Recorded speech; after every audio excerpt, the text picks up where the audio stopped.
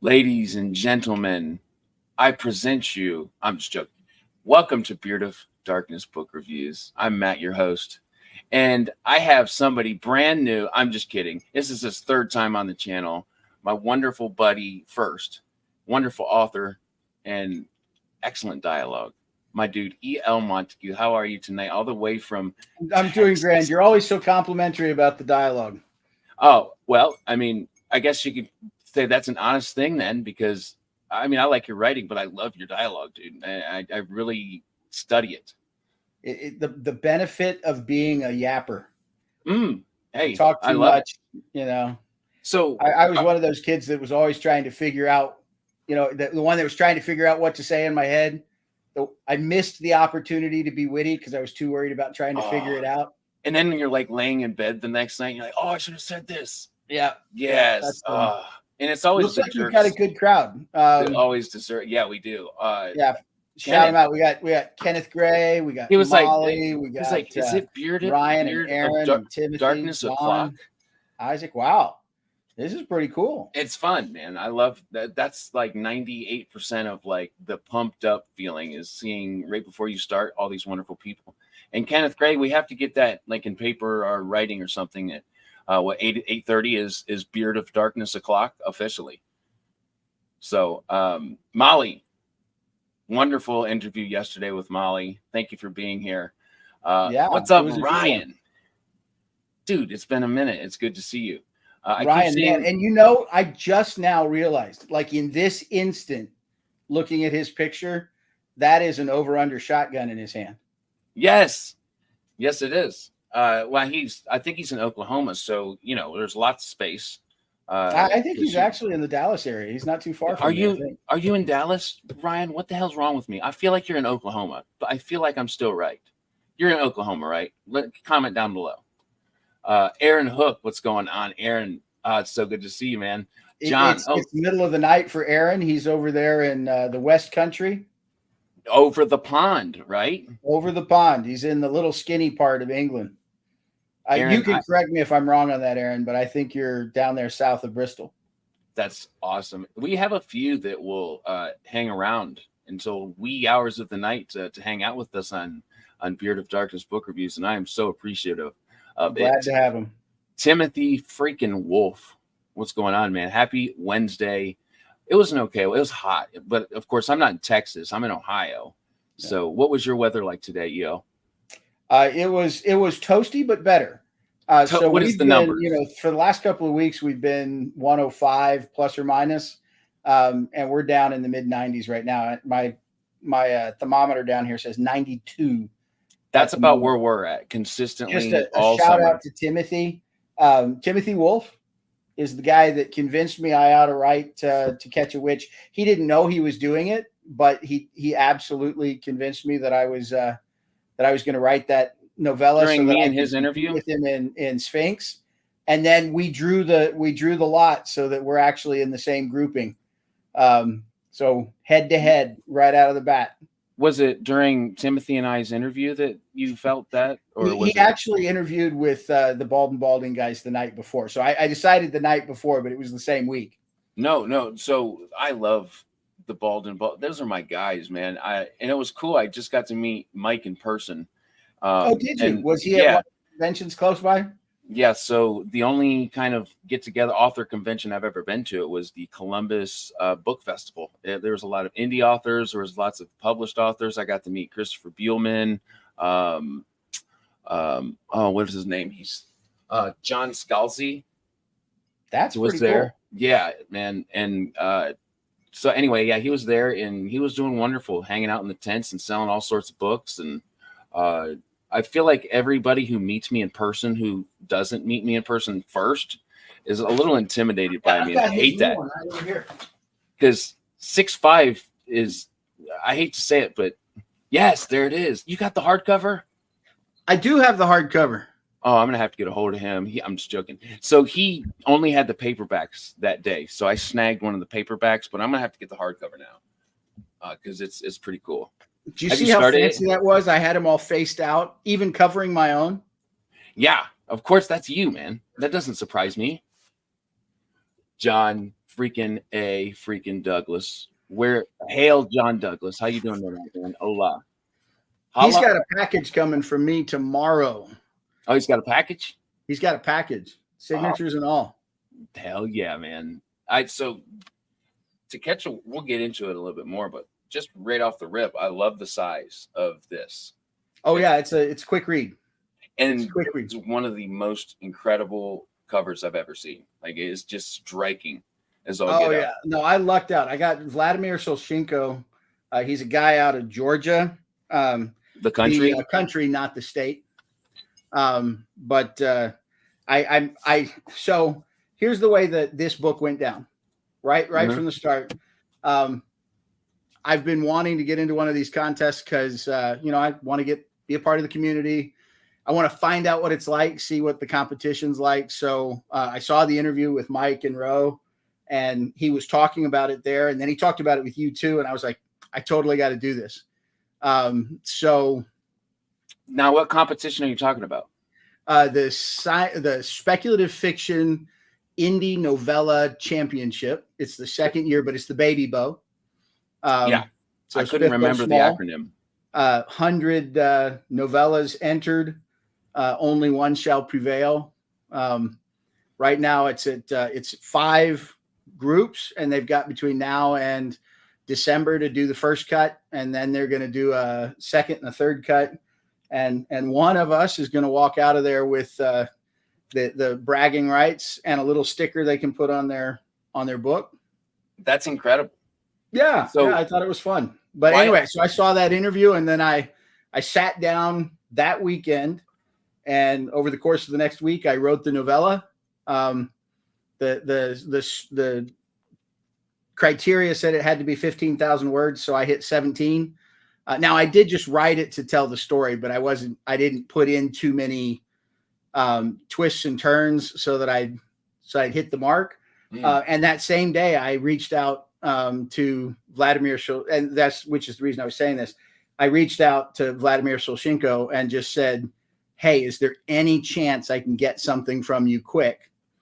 And I hit him right between commissions. Oh, I was perfect. Like, can you do it? I'll pay you. I did pay a premium, but nonetheless, I got into his calendar, and he whipped one out for me. Did you have the title? This is digital art, but it's like a painting, but he painted it in I don't know what the Photoshop, software probably is. I presume it's like I don't want to say what it is. But it's a straight up painting. I saw it in pieces as it came together, and I got to tell you, he captured Sheena on. Just that's love kind of that. what I was going to ask. Is the title "To Catch a Witch"? Was that something you had before the cover or before writing it? I wrote the first scene and gave it when I saved the first time, I gave it a working title, and then it just worked. So that's awesome. I did go do a title search, and there is another To Catch a Witch, but they were far enough apart. That one's a cozy mystery, trust me. Yeah, it's going to be one of those readers picks up my book. They're going to get one page in and go, yeah, this isn't the one. Yeah, for those who don't know, E.L.Montague is gritty, unapologetically gritty. And I love that. I love it. Ryan, Over Under Shotgun is correct. I live in Oklahoma. I got it. Born and raised in DFW. There you go. All right. There you go. There's very few chances the beard gets a chance to say that. It's a nice gun without seeing the rest of it, but Molly loves it. You look good. Molly loves the cover, of course. I'm gonna throw some. Thank you. I'm rather fond of it too, and it really does capture exactly what I was going for Sheena, who's the main character, the witch in this case, and that captures the essence of the way magic works in this world. So in the world of the Temra, magic burns you. So when you use it, it gets into your veins and colors the veins. So magic it's not black magic per se, but the color of magic is black in your blood. So your blood veins and stuff will go dark. Anyway, so She looks sad about it. I feel like that's definitely what you would want in this picture. But she's like I have these black veins, and we all kind of get to know what that means. And she's not very happy about it. You can tell she's kind of pissed. Being a pain thief is not always a pleasant affair. Right. So anyway, guys, any book, and correct me if I'm wrong, every book that you've put out so far has an audio. Oh yeah. Oh. I do the audio because I can't afford to pay for other people. But it's really good. I have a voice. I use this microphone, and I've got a little. I bought. It's a cloth box. It's just a cloth box with soundproofing in it. Mm-hmm. So I set that right here. I stick it back in there, and then I read on this screen. I read to the screen, but the microphone's right here. My wife hates it because I'm grouchy with everybody about making noise. Oh my gosh, I can just imagine, man. I went through that with this channel at first. It would make everybody so anxious, and then I finally was like, it's not worth making this whole family anxious. They can yell if they want. I'll just be like, hey, hold on for a second. But when you're recording something, you can't do that. So I've gotten better with the tools. Yeah. Oh, that's just a natural, the natural progression. And it's thank God, right? Because if it's like the first day that I use this mic, it's not going to work so well. You have to evolve with the tools. And once you do, you start to use them the proper way. At least that's how I do it. Yeah. So that's not the only new book dropping, or that was just dropped. That's right. We're going back to Near Earth. That's right. Adrift in the Next Revolution. That was actually the one I was working on. So when I got the inspiration to write the novella, I was going through the editing process to have this one ready for August. So August 15th was the target for that. Yeah. That's one. You have the original one. This one came out in April. Short story collection, Heirs to a Flawed Creation. This is part of Near Earth as well. Yep. But that one was focused. All of those were from the perspective of androids. Mm-hmm. And then, Adrift in the Next Revolution. These are all in the perspective of humans.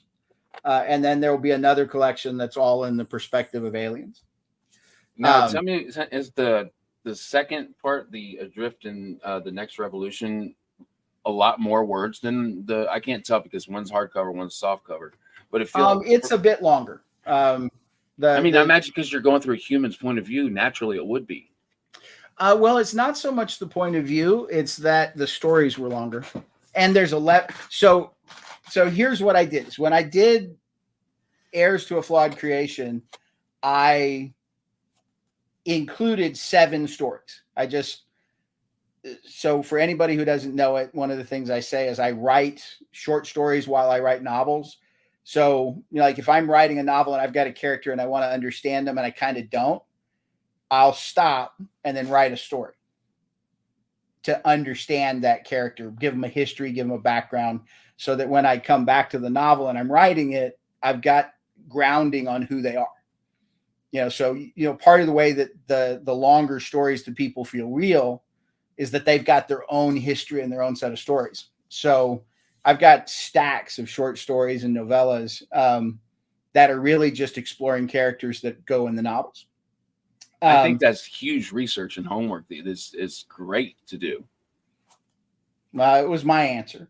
But my son and I were talking. I was like, I've got, I don't know, 1 million words of short stories that I could assemble and put out. And so I thought that I would put out the 3 different worlds, a bunch of short stories, get a taste of the market and then also get a feel for publishing. I am learning in this process. That's what this is all about. So that's what the first one was. It was just straight up, I'm going to take 7 stories and stick them in, try and put some order to them, but really just, it was 7 stories that I thought represented the world well. For Adrift, when I was putting it together, I had another 7 stories, but I decided that I would do a frame story that would hold them all together that ended in the last story. So the interludes are stories for the story that's the last story in the book. That's cool. I like And that setup. yeah, so it pulls it all together, but that resulted in 5 additional stories. So Love that. so it's longer. They're I was short just stories, but it is longer. yeah, I like the setup of that, and I didn't know. It's all there's so many different new aspects to reading that I had no idea existed. Anybody who's ever watched knows I haven't been reading for very long, like 5 or 6 years. So Right. it's just a breath of fresh air. Whenever I just discover anything new with literature or with fantasy and sci-fi in particular. But short stories are what I'm leaning towards writing for a little while before taking that big chunk of a goal to write a novel. And I'm taking that advice from authors such as yourself, like I forget. Oh, James Logan, wonderful guy. Worked for Orbit, bought books and bought trilogies from people that Right. Um, he told me I asked him what his best or favorite piece of advice was from ever, and it was George R. R. Martin in an email, and he said, "Write short stories. If you want to write novels, write short stories because it's just a much more logical starting place, and that makes sense." The old not tradition, just the old rule was that when you wanted to learn how to write a short story, and then you can write longer. A more current statement is write what you want to write because you have to stay inspired. Like Herman here is saying, nonsense. Go ahead and write your 1,000 pages. Very Herman comment. There. So I think the advice comes down to 2 perspectives. Some people write rather quickly. I'm a quick writer. I put down words. No bullshit, guys. He writes fast as hell. Pretty quick. But then not everybody does. And there isn't a right answer. So for anybody out there that's writing and you beat yourself up because you struggle to put out 250, 300 words a day, some of the best writers out there never did more than 300 to 500 words a day. Ernest Hemingway, he quit writing at 500 words a day. Wow, really? I did not know all he wrote. And then you get Brandon Sanderson, who publishes a novel every time he stands up. I feel like if I was Brandon Sanderson, and let's just say the 3,000 words a day is true, and I believe it's pretty close, if not exactly true. If I was him, I don't know if that I would say that number just because of how much pressure that puts on. Knowing what we know, 3,000 words is a lot for one day. Right. Putting that pressure on so many people to be like him. I mean, I guess he's being honest, which is always the best. Well, and it's really obvious for him because he turns out 6 novels a year. You can't, and his novels are like 1,000 pages. It's insane. It is. So there's no getting around it. He just has to be honest about what he does. And, but for anybody out there who's learning to write, anybody who does write, the words you do is the words you do. If you do 1,000, great. If you do 500, that's okay. If you do 10,000, bully for you. There are people who do that. I've never heard somebody say the amount of words that you write in one day equates to the quality of work that you put out. And that's absolutely true. Right. There are people who put out gems at 300 words a day, and there are people who put out gems at more. The one who does The Wandering Inn, Pirate Abba. Yes. Yeah, she It's does. Crazy. Yeah, hers was kind of crazy because it started as a blog. I mean, she was just putting the stuff out. I say she. I don't know that Pirate Abba is a she. I think she's a she. But just like every day, put out her story on a blog, and she writes like 10, 15,000 words a day. It's an enormous amount. Yeah, if you guys go to the website and check there's a starting point, and then you'll never find the ending point. I mean, you will eventually, but it take you quite some time. Yeah, that's got to be a neurotic person to be able to pump it out like that. You guys can't. At any rate, I was just going to say that you guys can't encourage Herman here. He's being belligerent. You guys are just letting him. 1000p. Screw that. No short stories. Just balls in. Just go. Yeah. But what I was saying is, so if you're somebody who can turn out short stories without losing track of your main work, do it. It's a great discipline to learn how to write. And because it's short goals, you get the satisfaction of having it, right? There's like depth. It adds depth to your characters, and that can only. Thank you, Shane. Yeah, I hope you enjoy it. And by the way, I've ordered another. I've ordered another cover from him for the first in the Seaward series, which I think I'm going to publish this fall. And guys, there's something kind of something I don't do very often about this interview in particular with EL that I'm going to get to here in a few minutes. But I have a couple things that I did want to talk about. But we're going to talk some ins and outs of, wanting to be a self-published author. So there is a few things I want to get to first. But in case anybody was wondering about the X post or Twitter post I did, that's what I was talking about. So that's coming up, just to let everybody know. All right, that's Shane, awesome. That's awesome, brother. And we can make sure we get questions from people on the side too. We don't want to. Absolutely. Hell no. I think that's the most exciting thing. I found one just a second ago that I was trying to find again because that's here we go. It's him. What are the 3 things that you talk about, EL, in an mobsters, prostitutes, and murder? They got half of it, but we're there now. We know the answer. Oh yeah. So if I've written the book, there is a very strong possibility. Well, there's a guarantee somebody's dead. Just somebody's getting the axe. There's a strong probability that there will be organized criminals, and color my soul black, but there'll be some prostitutes there too. Look, anybody who acts like they don't want to see some hookers in a fantasy book and see where that goes, they probably turn out to be like badass assassins. That's what my mind says. I do a bit of all. It's not intentional. It's not like I sit down and I say, I'm going to tell a story about loose women, but it happens. They just find their way in there. They do. No, I get it. And I love to, in case anybody doesn't know, your first piece of published work was through. That's right. We like to go back there. Back in 1994, I sold my first story to Penthouse. It's a stepping stone. And I was paid a professional rate, which was great. I've never made that much money for writing since, but I got a lot of great encouragement. I learned some really important lessons, and I got to work with some professional editors. And I've never made it back to that level of attention, but yeah. Well, that's why I bring it up. I think that's an incredible step, because from a lot of the information you've given me and some research I've done, that is a prestigious magazine back then to be published in.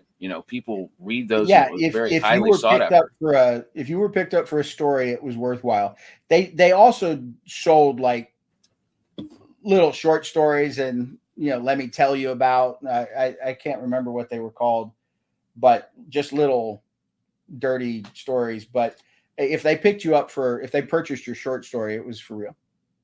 Tim says novellas/short stories are deceptively difficult to write. It's less words, but organizes those words take a lot of precision. I can see that. That is a true story. Been enjoying my work. Thank you, Usman. Usman, what's going on, dude? It's so good to see you, man. Bards and Books, if you guys aren't subbed, let's just take a moment to do that. Okay, come back, but go do that real quick. Absolutely, he's great. And one of the things that I'll say there, the writing advice, I'll go back to everything. For anybody who wants to write, the thing that you can do to write is write. Put your stories down. That's the biggest message I've gotten. How good or bad they are, write them, finish them, take a look at them, try and polish them, learn from what you did and do better the next time. But now he's not the most popular guy right now, but Neil Gaiman in his he did a series of writing lessons. One of the things that he said in there is you got to get the bad words out. Everybody sucks the first time. I mean, nobody's perfect. You write, you get it down, and you got to write past the bad. You got to learn how to write. You got to tell your story. You got to do it wrong so that you can fix it until you get to the point that you can just write it. So the longer it takes you to put down your story, the longer it's going to take you to get good at putting down your story. Speaking on what is going on with him, I'm not going to speak a lot on it, but I think that I have a pretty good view as far as that kind of accusation. And it's like, when there's proof, and if the guy's guilty, and that's, proven in a court of law, that's when we should start, thinking about whether we support or not. Well, for me, that's when I choose whether or not what I believe. Yeah, I agree. Innocent until proven guilty. Yep. It is endemic of powerful men, powerful people. It is. Sadly. One of the things that we see in our society is you give people enough. When you start treating people like they're special, they start taking advantage of it. That's dangerous. Yeah. So, word to the wise, don't be an asshole if you're powerful. And amen. If you're dealing with powerful men or women, be aware that they may have a delusional sense of self-worth. That's a good way of describing it. Mike, it's been 2 weeks since my last launch. What have you been doing since? Okay, so I started writing a book that right now is titled The Lost Child. Ooh. But I don't know if that's the one I'm going to stick with. It's about a girl that runs away from home and has some challenges, and her mom goes after her. So it's a mother-daughter story. And it's in the same world as To Catch a Witch. They have some shenanigans. They fight some monsters. They deal with the Inquisition. But I started that one at the end of July, and I should finish it in the next couple of weeks. That's awesome. I don't know why. 58,000 words right now, maybe 59.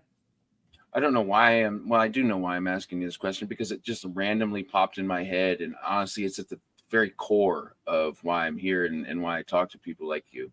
What is it about writing that just does it for you? What makes it just brings all that joy? And what is it about writing that does that for you personally? I love telling stories, man. I entertain myself. I'm deluded to think that at some point people are going to read what I have to say and they'll be entertained too. I hope that I get good at it at some point. I'm better than I was yesterday, and I hope I'll be better tomorrow than I am today. And but the fact of the matter is, these stories just run in my head all the time, and I like getting them out, and I hope people like them. Yeah. So I guess that sounds so incredibly fun to me, and that's something I never thought of as a younger man. And now, and everybody knows the story, but now that I have that burning passion to do so, it's like, I don't know. There's something cool about, capturing an image. So the first time that you say something that creates a picture in your mind, it's exciting. And I don't know if that's a clap or a wave, Cinnapalm, but that's just a wave. That's a wave. She's up in here. And she's like, nice, "Hey, I'm here." By the way, she's got Library on Legs. Is her YouTube channel. It's fascinating. She does her reviews from horseback. It's unique, which is pretty cool. At any rate, so that first time that you create an image, and then the first time you tell a story to somebody, and they're like, "Well, what happens next?" And then once you get to where you can start telling a story, they feed themselves. I mean, it's just fun. You start telling stories, and a guy like me who doesn't have a completed story out there, I'll tell you where my mind goes with the fun. And that's why I kind of asked you this question, is making things up that are yours, that are mine.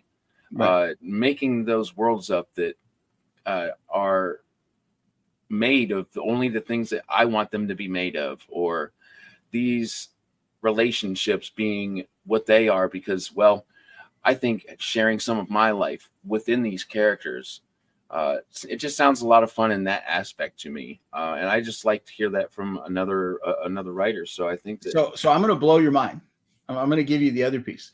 Mhm. The really fun part is when you put a picture in someone else's mind. So, Mm. as an example, I've read a page or two of your work, maybe more than that, and I still have an image of deep snow and the crunching through the little ice cap, and I've put it as a Michigan winter, but I know it was a Yes, Viking winter, but the pine trees and the silence and the deadfall of the man, that means a snow lot, dude. slipping off the boughs, and you did that. I When love I that. think about Matt, I have one of the things I have is this image that's about 10 seconds long of being out at night in the snow, crunching through, something's Yep. about to happen. Yes. You did that. You put that in my head, and that is fun. I had never thought of it in those terms, so I'm very thankful that you brought that up, man. Because, gosh, that is the essence of.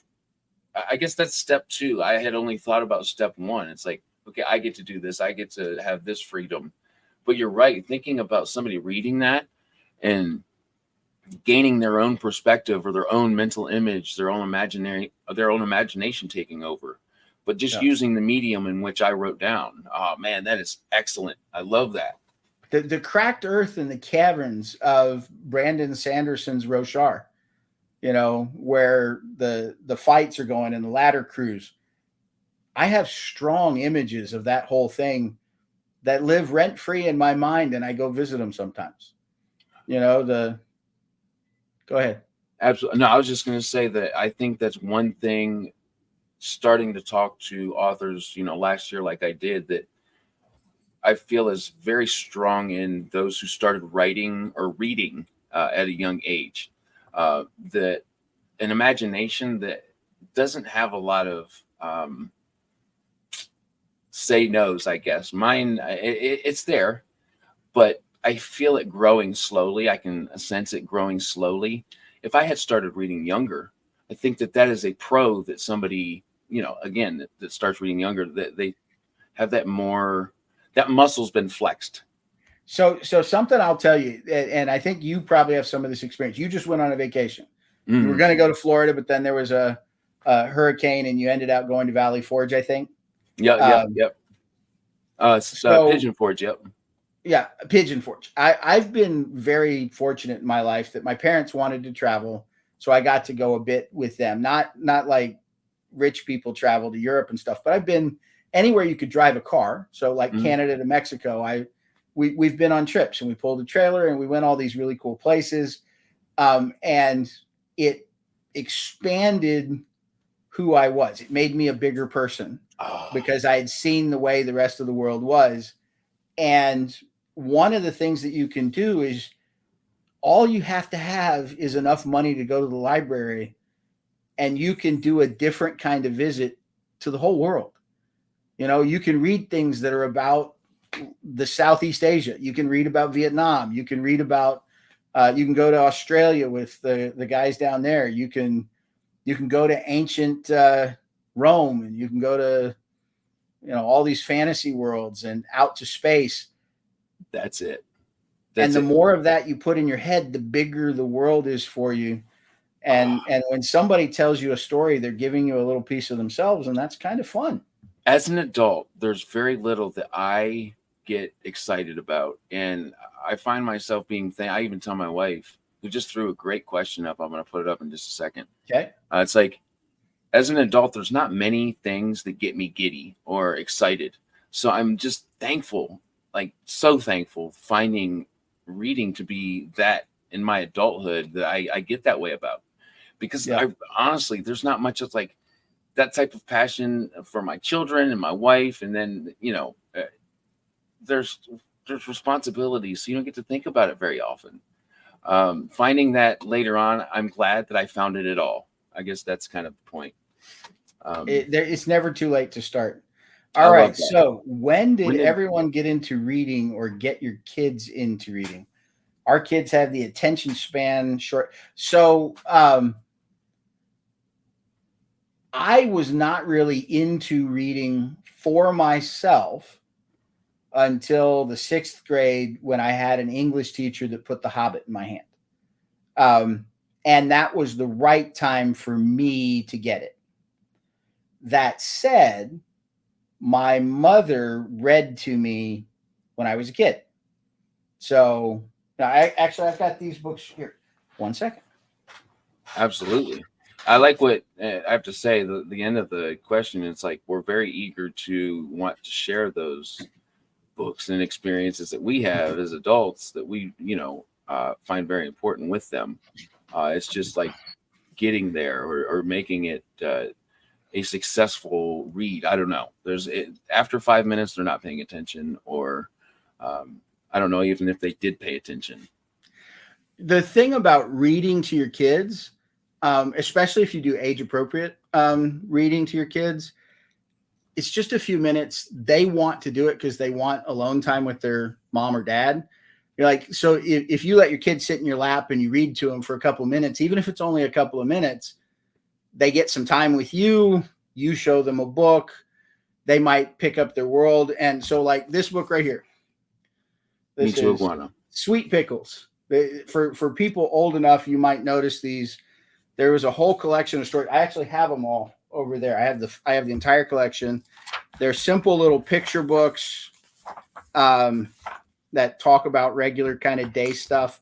It taught that people could be different because it was all the different animals and stuff, and so they were different and they had different personalities. But my mom would read those to me, and they kind of lived rent free in my head. But I didn't read them. My mother read them to me, and we did the picture book thing. I think making it a repetitious, like every single night, try no matter what, even if they're being crazy, like still try to get that 5 or 10 minutes in there reading with them. Yeah. And then the other thing that really helps with stories is I had a granddad who just, I don't know if he was making them up on the spot or he was softening his old war stories, because I've heard the war stories and they would have had to be softened. But who would sit down and just tell us stories. And I loved listening to the stories of the old men, especially if you could go to like a campfire and you had like 4 or 5 of the oldsters from the crowd and they started telling each other stories and making them bigger and more outlandish and laughing. And I loved that. I always wanted to be those guys. Yeah. What a memory. And honestly, having a memory like that, that's a huge blessing. Timothy, this is funny, dude. Have your kids read Goodnight Moon, then right after Gardens of the Moon. Way to torture like, the Dad, kids, Timothy. Yeah, like, Dad, what are you doing to me, man? This was like starting to be fun to me, and then you throw me some Erickson, dog.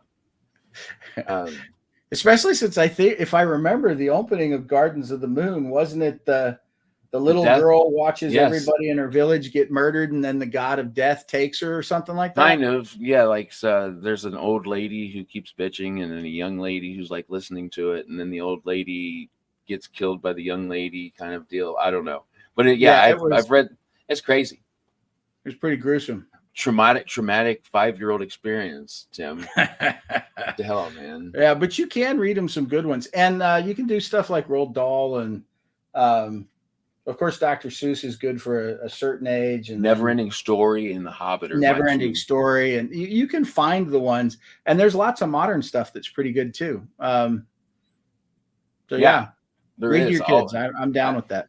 I'm excited to. Honestly, I think if she still is, I'll tell her later if she's not. Berenstain Bears, absolutely. Berenstain Bears are so good. Yes, I remember that. But we need to just go on kind of like a mini shopping spree for like kids' book. We get the what's her name? Dolly Parton books. The monthly books for each kids, they're free. It's a very cool, awesome program. It's a good thing that she does. Yeah. Yeah, it is. It's great. And a lot of the books are great. Some of them are very short and they're like your first couple words. But I think we need to kind of go and knowing our children, kind of curate the TBR for them, if you would. Pick some books we feel that they'd be extra interested in. Your older ones might, I don't know, your oldest one's 6 or 7? 5. 5. Okay, so probably not yet, but soon. The R.L. Stein Goosebumps stuff is because it's got a little bit of a horror element to it, but it's really written for little kids. They're simple, they're quick, they're easy to read. My I could 5-year-old is recommend a those. horror freak already. He sees stuff on like YouTube that freaks me out, and he's like, "No, I want him at my birthday." Like, dude, you're twisted. You're a twisted little kid. Well, he's yours. So I think, yeah, exactly. So I think the Goosebump books will be like easily invited into his repertoire.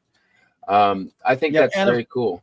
Yeah, if you go old enough, I don't know if they resonate anymore, but the Nancy Drew and Hardy Boy stuff was good in that under 10 crowd. You know, I used to collect the and my wife's huge about them, the little golden books from like Disney. Yeah. Those were fun, and they still do make those. Well, yeah, and they were a whole series even before they got tied up with Disney. So there's a ton of them out there.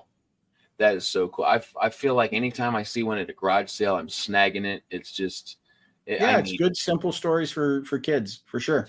All right, let me look at a couple. Oh yeah, Black Stallion to Poe, Edgar Allan Poe. That's a good jump. Although that's kind of a middle school jump. And Animorphs too. Once they're a little older, I feel like that was. I didn't get to see Animorphs because that really. My son missed it, and it was way after me. But for my son, we read The Warriors, which was it was like a fantasy, except for it was the cats in a neighborhood, and so you had the different factions of the cats, and there was a map of the neighborhood, and they met up in the cat factions. They had all the things just told at a young age, and we did all the Warriors. The Warriors were good. That's actually. I would recommend it. It's something your kids could get into, and nothing is going to be too hard. Awesome. I'm writing that down. Actually, I already wrote it down. Molly, your oldest likes Stranger Things, so I've tried to get her to engage in reading by getting her to graphic novels. Yeah. Stranger Things, great graphic novels. Yeah. How old is your oldest? If you would remind me, just to get a reference, and having a 5-year-old, it's like, what can I really expect from him? Because I know that I grabbed The Hobbit when he was like 3. An attempt that obviously didn't happen, but I'm excited to do so. But I do read mostly. 10. Yeah, that makes a lot of sense. That's very cool. And this goes without saying. Harry Potter was huge when I was growing at 3rd grade. That's when the first couple come out, when I was in 3rd grade. So it's just absolutely a must read to my children, just because. Okay, so I'm going to tell you the tale of me for Harry Potter. My mom was an English teacher, and when I was in my 30s, my mom reached out to me, said, "Would you read this book for me and tell me what you think? Because they're giving it to kids at school." And she was kind of a naysayer. She handed me Harry Potter, and so I read it, and then I went to the store and I bought Prisoner of Azkaban. I read the first one, and then I said, well, okay. So I went and I read this, and I ended up being one of those people that waited in line and got them all. No way. That's so cool. I think that's not something I think that's something to be proud of, man. It was something that caught you well enough to go stand in line. Yep. Magic Treehouse was a good one, Isaac. Yep. Magic Treehouse. Yes, that rings a bell. I'll have to see the pictures. Or the stories, the books. Well, I think as talking about children's books, we're all exposing our age, because you kind of hit the eras. Well, now see, I read Bernstein Bears, but that was way before my time. Oh yeah, way before. That also shows you the ones with stay power. So the Bernstein Bears were strong, even though they were from the 60s.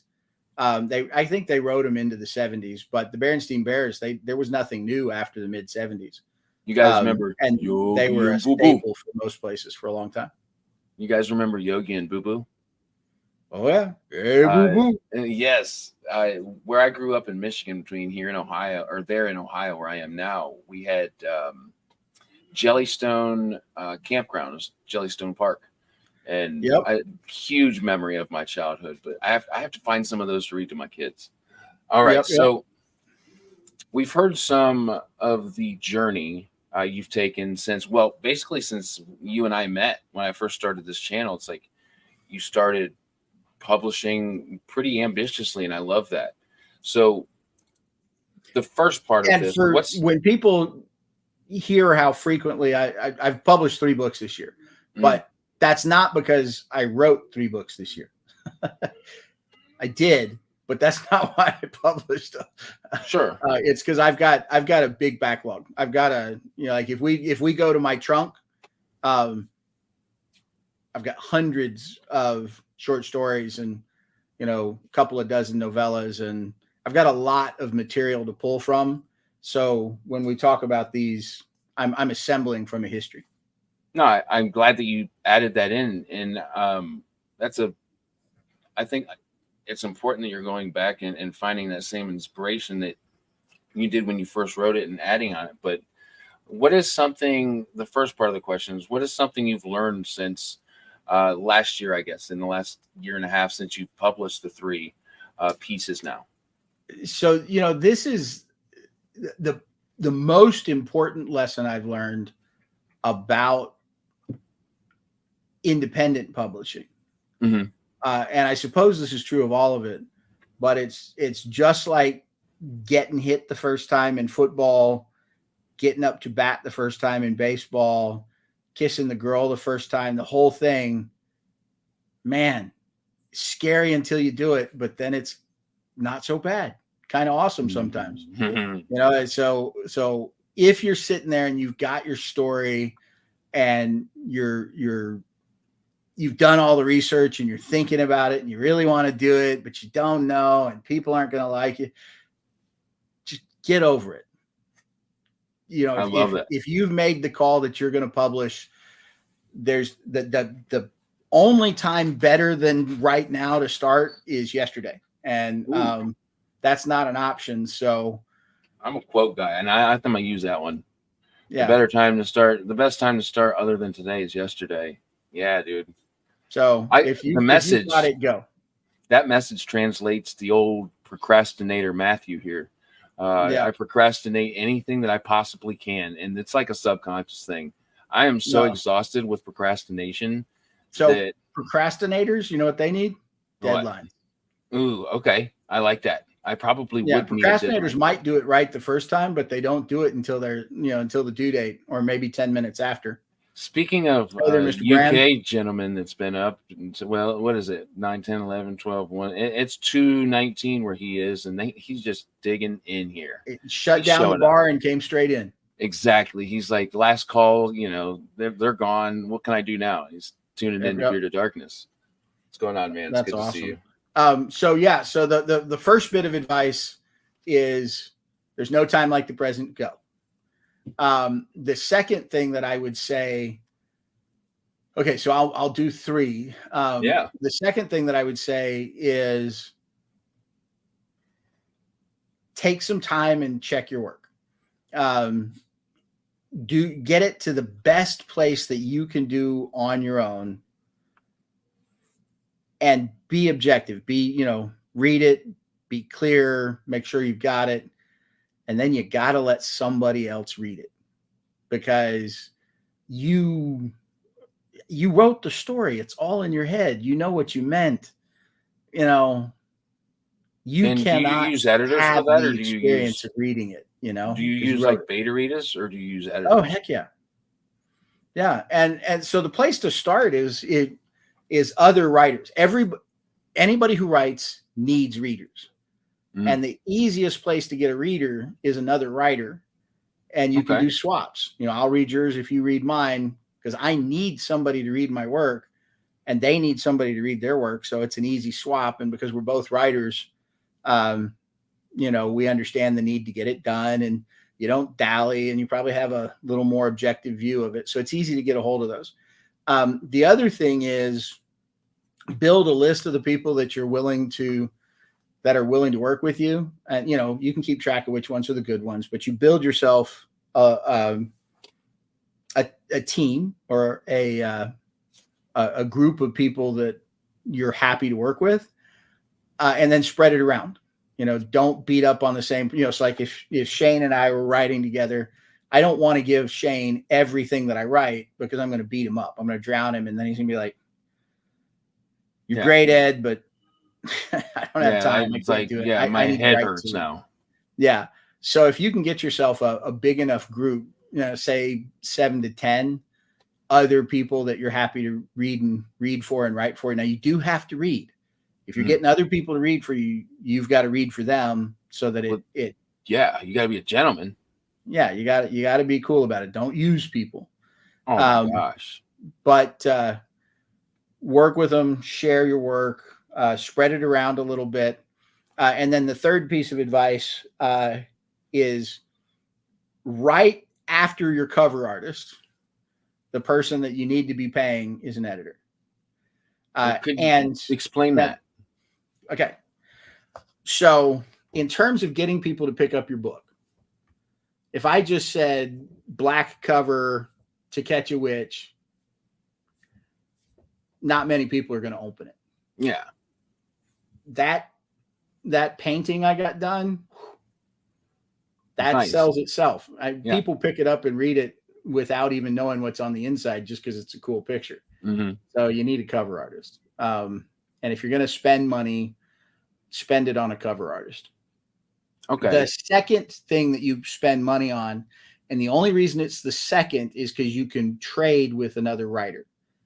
You can't, getting artists is hard. You have to find them. You have to get in their calendar. It takes time. And if they're good, they're going to make you wait for a while. All those things that go into an artist. It's not something that you and I can replace easily. And artists don't need to trade written words for pictures. So they like money for those. But editing, your friends need editing, so you can work with them, and that's the reason they're second. But as soon as you're able to pay for an editor, pay for an editor. They're pros. You're paying for their experience. They've done it a lot. They know the shortcuts. They know what's going to work and what's not. So pay for it when you are able to, which is right after you're able to pay for a cover artist. Pay for an editor, and it will reap rewards for you. Oh, that's wonderful. And that's the kind of stuff that I'm after. And I think Timothy's on one tonight. I think you got some bourbon or something over there you're sipping on. You're on one tonight, Tim. He recommends just putting, it don't even matter if it pertains to your story. It's a nonfiction book. Put lizard people on the cover and you're going to sell books. How can this be a nonfiction and there's lizard people on it? Well, I might point out that of the novels, Timothy has a mask over one of them and the other one is an angel. So he's kind of talking crap right now. I know he's on one. That's what I was saying. He's digging in there. He's got his feet in the sand right now. But his Lizard Man is a very cool cover. It's so cool. And what's even more cooler than the cover is like watching that short little video that wasn't short, but when it's sped up, it is, of the art being made. Yeah. So on any of these 3 books that you've published this year, or in the last year, are you hiring an editor, or are you just using mostly beta artists or beta readers? So I have paid somebody to read all of them. Some of the stories that are in these collections, I had paid for a professional editor in a different setting. I had a different purpose for the story, so I had already paid for a professional editor. But everything has had a paid reader. And I'm drawing a distinction between a paid editor and a paid reader. A paid editor is someone who I'm like, fix my grammar, give me, so there's like, what is there? There's developmental editing, copy editing, line editing. I'm forgetting one. Anyway, there's several different kinds of editors that serve different purposes. And of course, if you're a big guy and you're a pro and you're working with the trad publishing, they've got all these people on staff, and it kind of makes it copy editor. And they do all that. And then you have readers, which fall into beta readers, proofreaders, and I'm I'm choking on it. Anyway, so I have made certain that everything I've published, I've paid somebody to go through with a critical eye Nice. and read it to say, yes, no, it doesn't work. The advantage of paying for a beta reader, now for the vast majority of everybody, you swap for beta reads. Mm-hmm. You get somebody that'll swap with you. The advantage of paying for a beta reader is they're on a deadline. Okay. You don't have to make it work with their life. You don't have to be nice. You can be when you're antsy about it, you can send them an email and say, where are you? What's going on? And you're not being a jerk because you're paying for it. I got it. So there's an advantage to that in terms of speed. And generally speaking, if you hire a beta, they're going to be pretty professional about it. Although paying for it doesn't mean it's good. There are some, you kind of have to learn the market and learn who's good, because sometimes people will charge you for something and they're just not any good at it. And I've heard that a lot, especially in the self-pub realm. So you get a good edit, whether it's any way possible, the different kinds of editing that you've done. And you have a product that has a cover, is edited and ready to be published. Where do you go from there for those who aren't aware of how to proceed? First you have to choose how you're going to publish. Mm-hmm. The advantage that Amazon has with their KDP setup is just, it's really strong. I mean, it's where most things get sold. Big Amazon. Go into that a little bit. What is KDP and what do you mean? So KDP is Kindle Direct Publishing, which is just Amazon's self-published process. Yeah. And if you go through KDP, you can show up on Kindle. You can get into the Kindle Unlimited. They provide some software free of charge that you can get everything. You can format for them. So it's a pretty convenient way to get into the market. You can also do other publishers, small publishers that they're not hiring you to work for them. You're hiring for them to publish. And for whatever reason, I am choking up. Timothy, you're out there, or Mike, you could say it. It's like Miss Wraith, or I'm wanting to say Sparks, but it's not Sparks. It's I thought I was the only one with shit brain syndrome. Come on, I'm in my 50s. I have brain farts all the time. But there are a couple of really good. Ingram Spark. Thank you, Timothy. So Ingram Spark is another big one that's good. And what they do is they will produce a professional product for you and help you get it out into the market. If you sign a exclusive agreement with Kindle, then you get into Amazon. Everything goes through them. They pay you a decent royalty, but you can't publish other places. And when you run into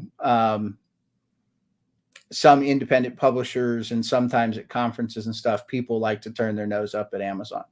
My 55-year-old dad, well, I think he's 55. He's in agreement with you about the brain farts. Yeah, I'm with you, Jim. So there is a little bit in the indie market of people turning their nose up at Amazon, but that's just like small businesses turning their nose up at Walmart and all the rest of that. They're the dominant player, and you have an option. You have options. Yeah, you do. In the services that you want to pay for, and they're out there saying, "Hey, these are the services I'll render for you. Right. Here's the money you'll pay me," and there's no expectation that's realistic. It's just going to be what it is because there's a million trillion people doing this. But nonetheless, here are what I'll offer you. Yeah. And what I would say is all three of the books that I've done this year have been through Amazon. They've been through KDP and through Audible. Now, Audible is ACX, which is a different company than Kindle, but they're both Amazon. It's just one does audiobooks and the other one does the Kindle publishing. Is there any part of that system, that process you're talking of right now, particularly like full of shit? Is it one that's like particularly like, you know, I know I have to do it, but I don't really want to? Not really. Oh, good. What I would say is it's all fiddly. I mean, as you learn how to do this, um, pay attention to what you're doing, read all the instructions, follow the process, you know, respect the process, and it's not terrible. If you fight the system, it'll fight back. But Mm. it's one of those things about, just do your work. Now, so Ryan is getting to the next Marketing is part. bullshit. If you get a trad publisher, and I'm actually hearing that trad publishing isn't any better. No, they're not. Not with But marketing. you get a little bit of help with marketing. But the fact of the matter is, the hardest thing that we can do, any of us as authors, is get our name out there.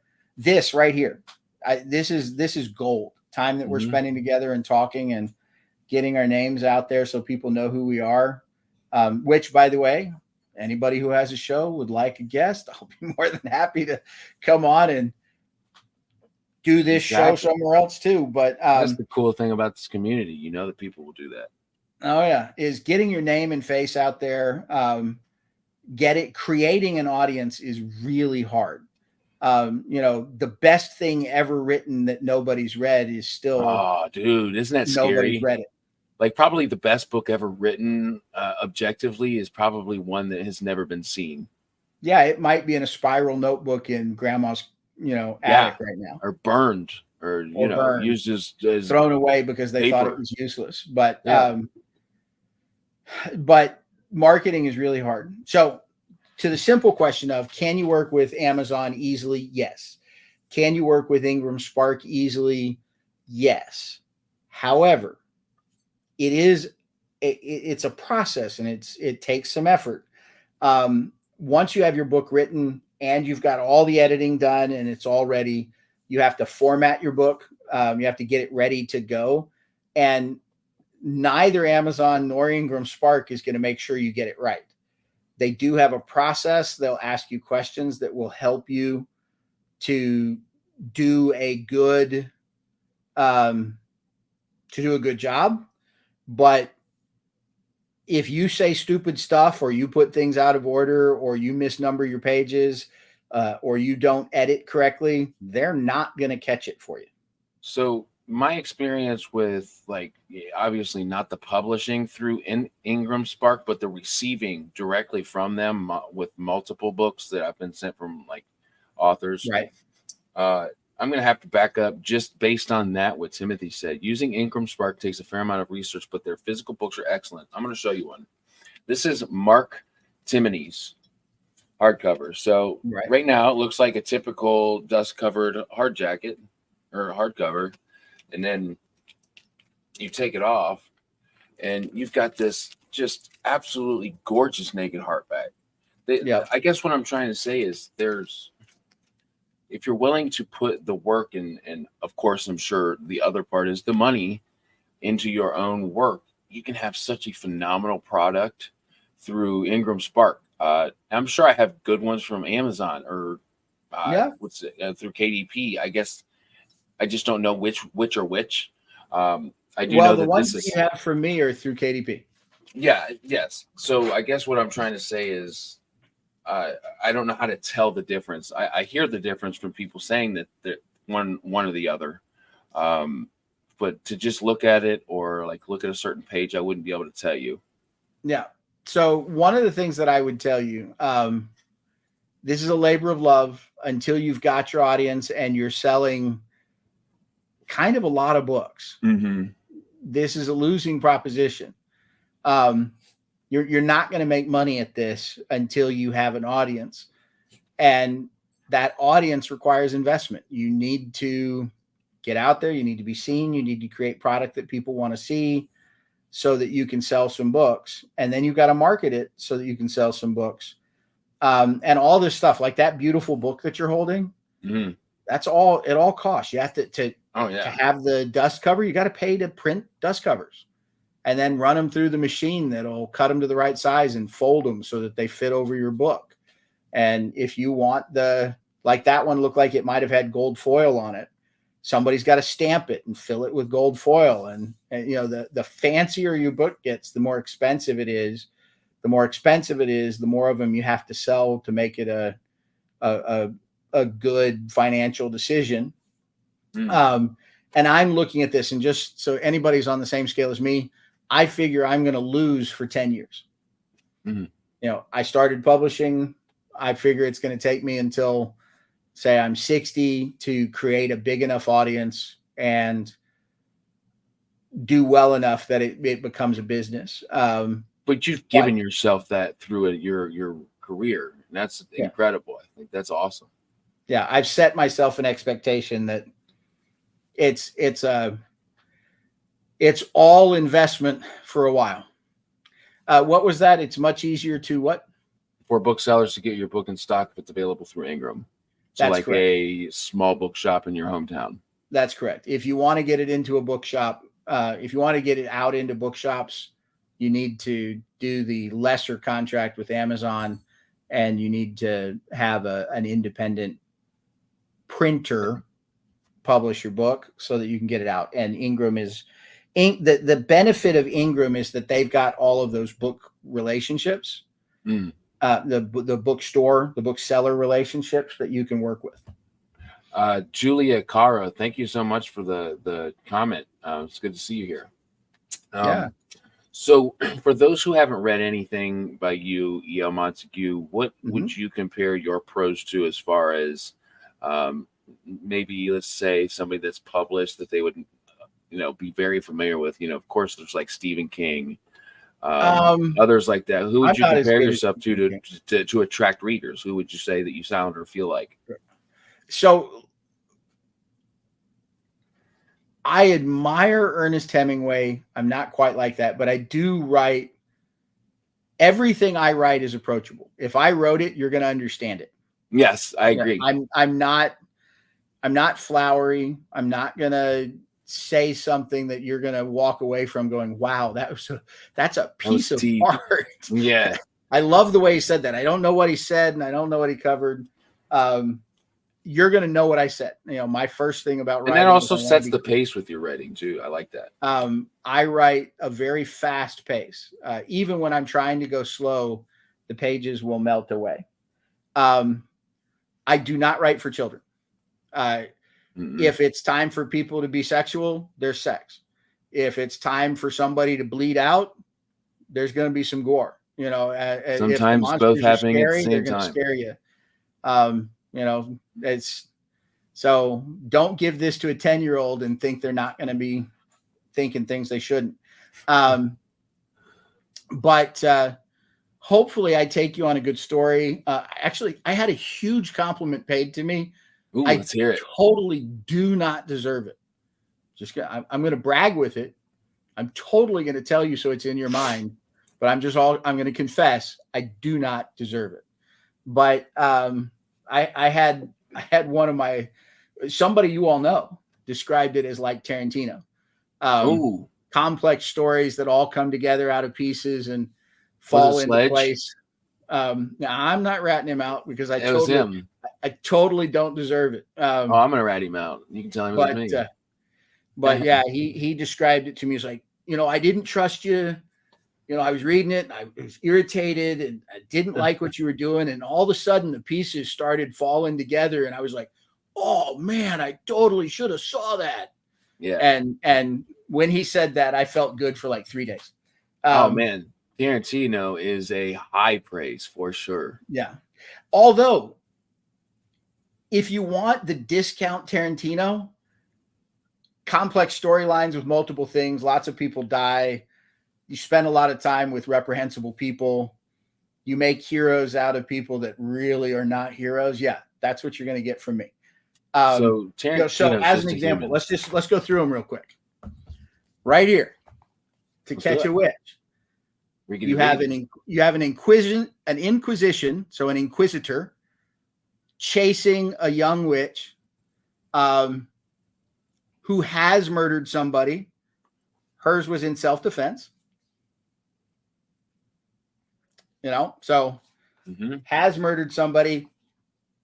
It's a 70-page book, and 4 people die. It's like every 25 pages, something like that. Heirs to a Flawed Creation is all about androids. If I recall, here, I'll just look at the stories real quick So, Terminate the Root. Android assassin murders a family. Brother Mind. Detectives investigate the murder of a prostitute and an android. The Only Good Man. A detective defends a mobster who employs only humans, but they're all terrible. The Interview is an android torturer. Immaculate is a coming of age story in space. The Martian Consequence is the murder of the spy master's wife, and The Found Heart is an android who, an old spy who kills a whole bunch of, Yeah.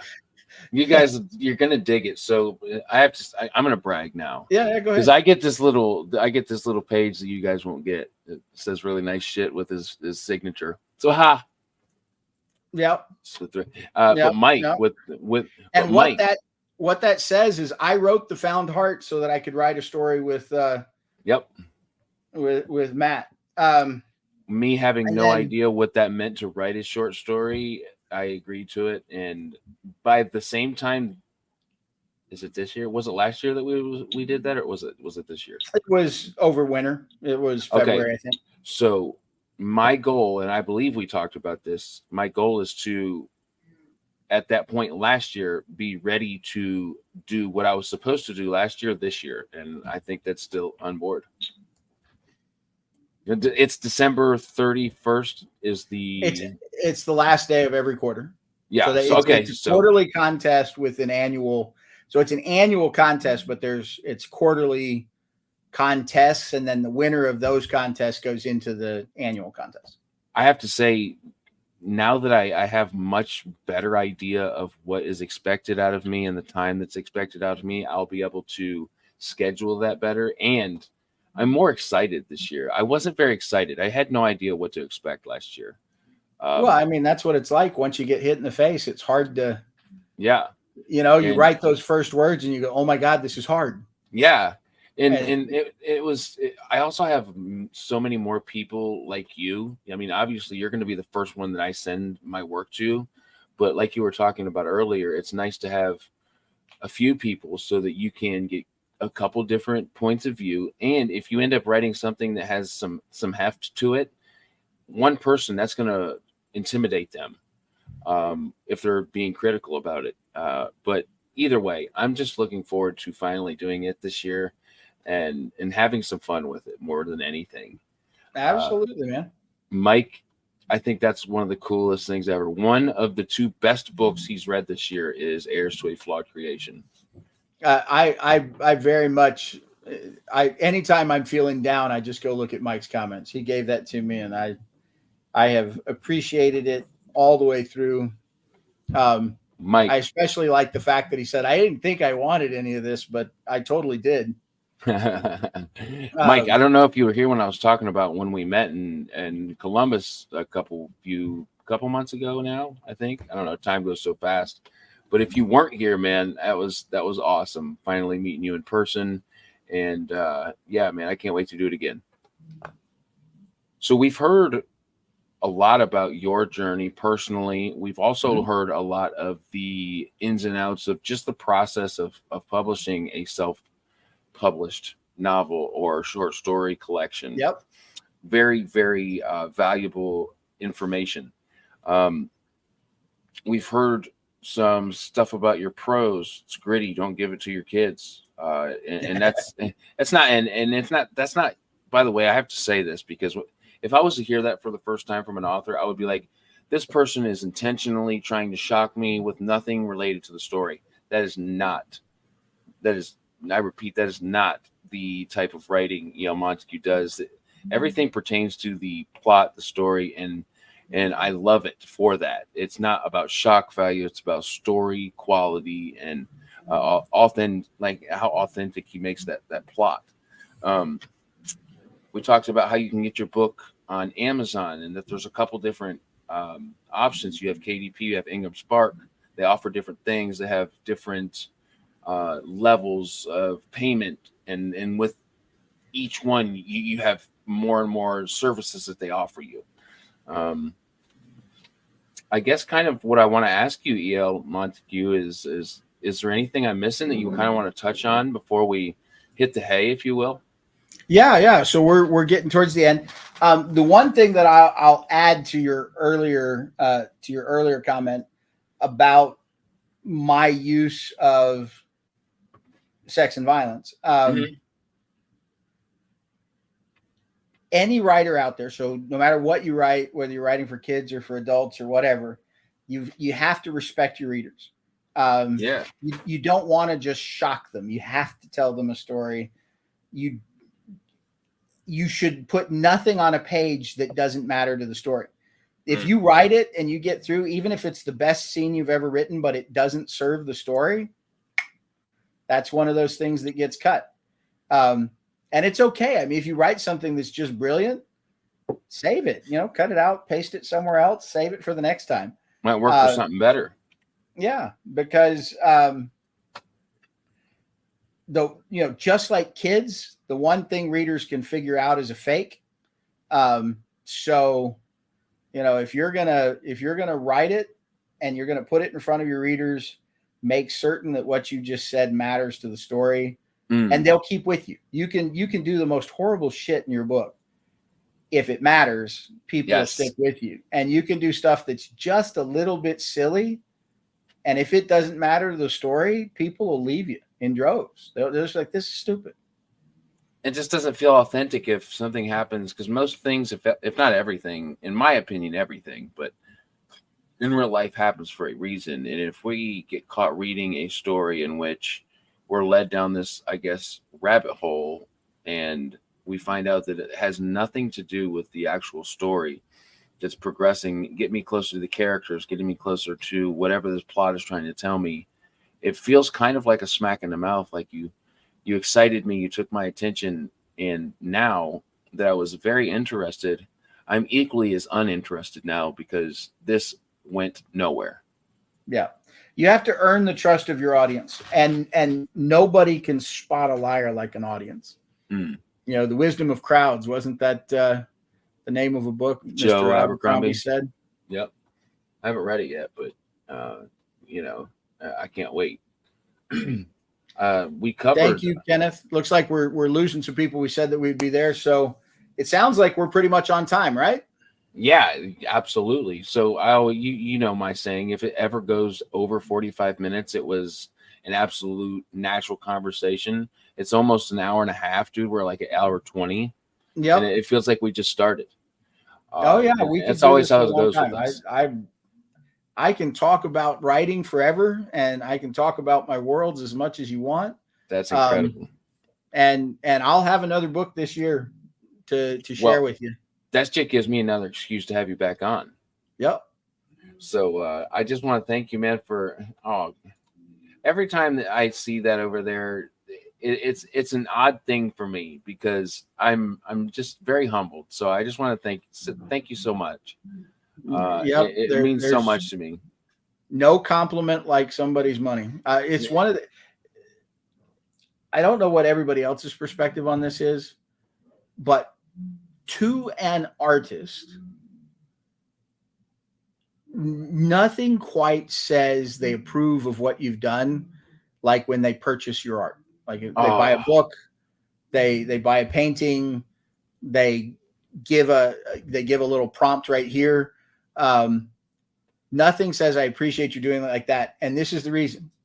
It costs you nothing to say I like it. Mm-hmm. It costs you a little bit to write a review. But parting with your money. Yeah, that's something. You worked for that. So it's always very Cinepom, that was a high compliment. Humbling. And thank you, John. That means a lot to me, man. I hope that comes across because like what E.L. just said, that's exactly what that is. And I guess not another aspect, if I don't know, you said it well. I won't go down that rabbit hole. Timothy, thank you so much, man. That's always wonderful to hear. it's kind of hard not to have a great conversation with me and E.L.Montague. We always have a wonderful one. Thank you, Julia Caro. Thank you so much. So, you guys, I have all the links that you'll need. I promise there's not a single one that you have to go looking for. If you are looking for anything that E.L. Montague has written, published on that's on Amazon, I've got you covered down in the descriptions. And by the way, E.L. Montague, if there's something I'm missing, which I don't think I am, but if I am, please let me know and I'll add it. Oh yeah. So go check it out, guys. I need to figure out how to put together. I have a website, but I haven't. It's not open to everybody yet because that's another part of the business I have to learn, and I haven't learned it yet. So mostly, I'm just paying rent on a space that. Well, I do websites now. You ain't got to learn nothing. You just tell me to do it, and I'll do it for you. All right. Well, we'll work. All right. All right. So everybody, thank you very much for giving me an hour and 30 minutes of your time. Great for anybody numbers, that's too. out there writing, I'm easy to find. If you have questions or you want to do swaps or you just want an opinion on something you've written. He is a community man in the finest of definition that would ever follow the community person. Absolutely. I honestly implore you to, if you're needing to reach out to somebody for having a question or reading something of yours, he's beyond happy to be that person. Very giving person. So do it. Yep. E.L. Montague, thank you, man. Get to borrow you for an hour and a half every now and then is great. Hey, thank you for giving me some exposure. I love it. And I would have hung out with you for the 2 hours anyway. Exactly. You guys over there in the chat, you know that you guys are freaking awesome. It's so fun to just sit over there and see all these comments keep popping up. It drives me. It pumps me up, I guess is the best way to say it. And for anybody that's going to watch the replay, I hope you learned just as much as I know that I have every time I speak with E.L. Montague. I do. Again, all the links are in the description. Tomorrow, first, hold on, I have to say the YouTube things, right? Like, share, subscribe, all that fun stuff that I have to say, because it doesn't just help my channel. It helps everybody that I speak with. And the majority are indie self-pub authors that deserve that recognition. So like, share, subscribe.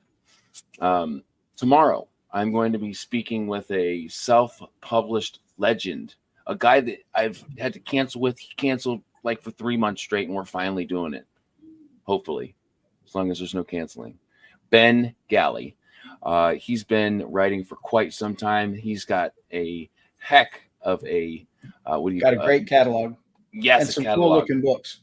Yes, great covers. I'm looking forward to the conversation and cannot wait to learn from his experiences. So, guys, you have a wonderful night, and we will see you tomorrow at 8 p.m.